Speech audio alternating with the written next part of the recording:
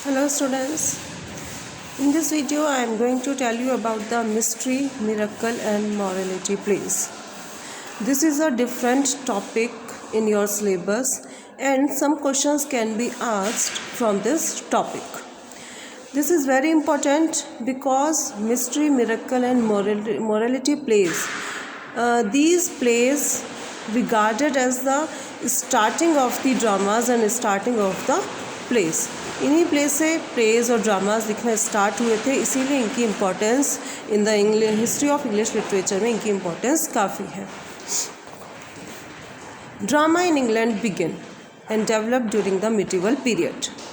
As you know, drama जो है England में ही स्टार्ट हुए लिखने और develop during the medieval period, और मिडिवल पीरियड तक उनका डेवलपमेंट रहा.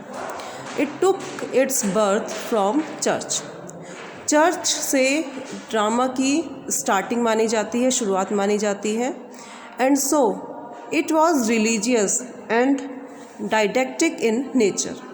और इसीलिए क्योंकि चर्च से शुरू हुए तो चर्च से शुरू हुए, चर्च में लिखे जाते थे, परफॉर्म किए जाते थे. तो चर्च में से स्टार्टिंग होने की वजह से जो इनकी थीम होती थी वो रिलीजियस होती थी और डाइडेक्टिक होती थी, मीन्स मॉरल होती थी, नैतिक बातें सिखाई जाती थी और उसमें रिलीजन से रिलेटेड थीम को लेकर ड्रामा चर्च में लिखे जाते थे. The clergy were obliged to find some method of teaching and explaining to the ignorant masses the doctrinal truths of religion. जो क्लर्जी थे, पादरी थे, वे जो है ऑब्लाइज, बहुत ज़्यादा मतलब क्या करते थे, वे अपने ड्रामा के थ्रू जो है टीचिंग और कुछ टीचिंग करते थे, एक्सप्लेन करते थे. क्या एक्सप्लेन करते थे, किसको एक्सप्लेन करते थे, मतलब अच्छी अच्छी बातें, नैतिकता की बातें, धार्मिकता की बातें एक्सप्लेन करते थे. और इग्नोरेंट मासेस यानी कि अज्ञान जितनी भी भीड़ है, यानी जितने भी कॉमन लोग हैं उनको करते थे, वे एक्सप्लेन करते थे डॉक्ट्रिनल ट्रूथ्स ऑफ रिलीजन. और साथ ही वे उनको डॉक्ट्रिनल ट्रूथ मतलब कि उनको सच्चाइयाँ, धर्म से रिलेटेड सच्चाइयाँ वो उनको बताते थे. The actions were performed in public places by ordinary people. और जो एक्शंस यानी जो उसमें एक्टर्स जो होते थे उसमें वो पब्लिक प्लेसेस में जो एक्शन मतलब किए जाते थे उसमें वो पब्लिक प्लेसेस में by ordinary people.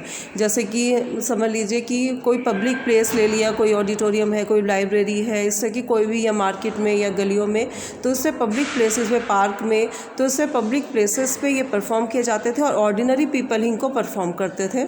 And funded by guilds of craftsman and merchants. और इसमें फंडिंग होती थी, यानी इनको पैसा मिलता था किससे, क्राफ्ट्समैन और मर्चेंट्स, व्यापारी लोग हो गए, कारीगर लोग हो गए, उनके जो गिल्ड्स मतलब उनकी जो समितियाँ, उनके कोई सोसाइटी बनी हुई है, कोई कोऑपरेटिव सोसाइटी है, तो वे सब लोग उसमें फंडिंग करते थे. These early plays were known as mystery, miracle and morality plays. और ये जो प्लेस हैं वो किसके लिए माने जाते हैं, वो उनको मिस्ट्री, मिरेकल और मॉरलिटी प्लेस कहा जाता था. The mystery place were the stories taken from the Bible. अब मिस्ट्री प्लेस चर्च में ही लिखे जाते थे, चर्च में परफॉर्म, चर्च के द्वारा मतलब पॉप वगैरह उनको, क्लर्जी मैन उसको लिखते थे. तो जो मिस्ट्री प्लेस है उनकी जो स्टोरीज़ थी, रिलीजियस उनकी थीम होती थी, तो उनकी जो स्टोरीज़ थी वो भी किससे ली जाती थी, बाइबल से ली जाती थी. अब क्या क्या थीम होती थी, जैसे कि क्रिएशन ऑफ द वर्ल्ड की क्रिएशन कैसे हुई है, फ्लड, कहीं कोई बाढ़ आ गई है तो, और द लाइफ के बारे में, डेथ के बारे में, रिसरेक्शन ऑफ क्राइस्ट का रिसरेक्शन, यानी कि क्राइस्ट ने एक बात कही थी, रिसरेक्शन होता है कि मरने के बाद भी आदमी जीवन लेता है. इस तरह की जो है एक थ्योरी है क्रिश्चियनिटी में, जैसे हमारे हिंदू धर्म में भी है, तो इसके चीज़ के बारे में.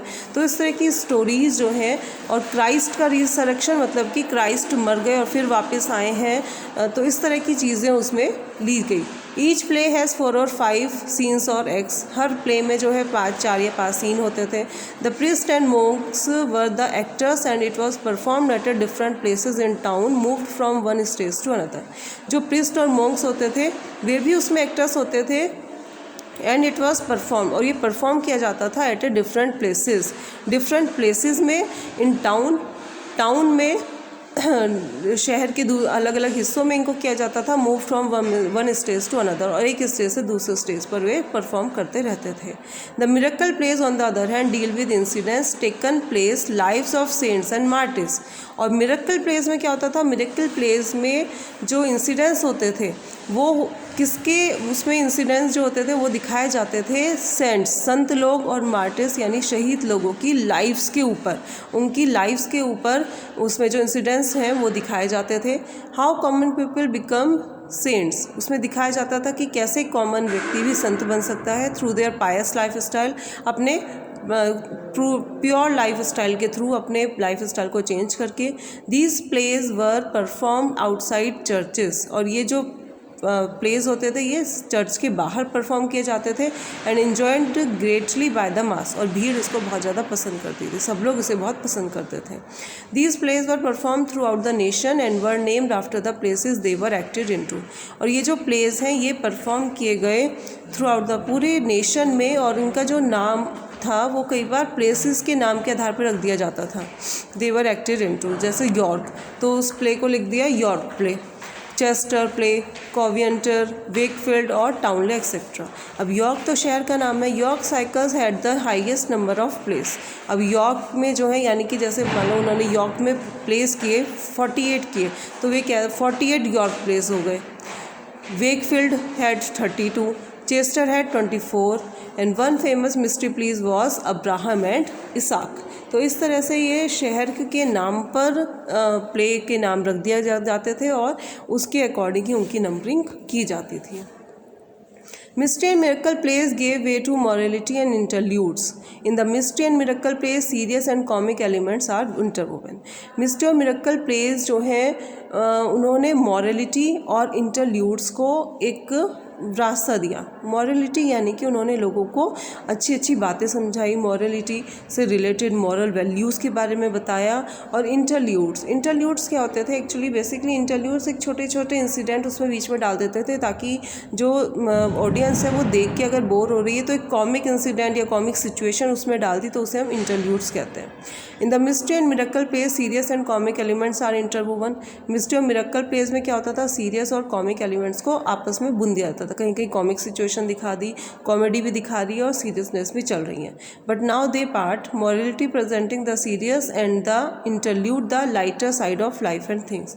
लेकिन मॉरलिटी प्लेस में क्या होता था, मॉरलिटी में एक सीरियस तो नेस होती थी, मॉरलिटी सीरियसनेस करती थी, और interlude the lighter side of life and life, और जो इंटरल्यूड था वो लाइफ का और थिंग्स का लाइटर साइड दिखाता था, यानी वो इसमें थोड़ी सी कॉमेडी होती थी।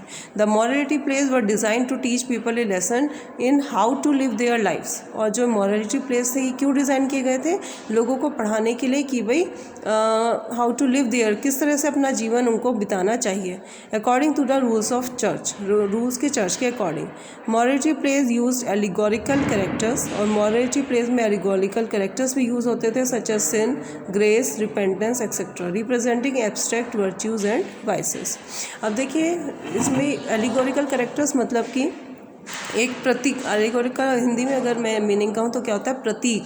अब जैसे सिन है, सिन को हमें दिखाना है तो हमने जो करेक्टर लिया वो हमारा सिन का प्रतीक है, उसमें कोई एक विलेन का जो काम करेगा वो सिन का प्रतीक है, कोई ग्रेस का, कोई रिपेंटेंस का। तो इस तरह से ये जितनी भी एब्स्ट्रैक्ट नाउन्स हैं, सिन, ग्रेस, रिपेंटेंस, ये जितनी भी अच्छाइयाँ बुराइयाँ हैं, इनको शो करने के लिए करेक्टर्स बनाकर कि वो करेक्टर उसी एब्स्ट्रैक्ट नाउन को शो करता है। तो इस तरह से डिफरेंट कैरेक्टर्स के थ्रू एब्स्ट्रैक्ट नाउन को शो करके जो प्लेस लिखे जाते हैं वो एलिगोरिकल कैरेक्टर्स या एलिगोरिकल प्लेस भी उन्हें कहते हैं। तो ये था आपकी, I will continue this topic in the next video.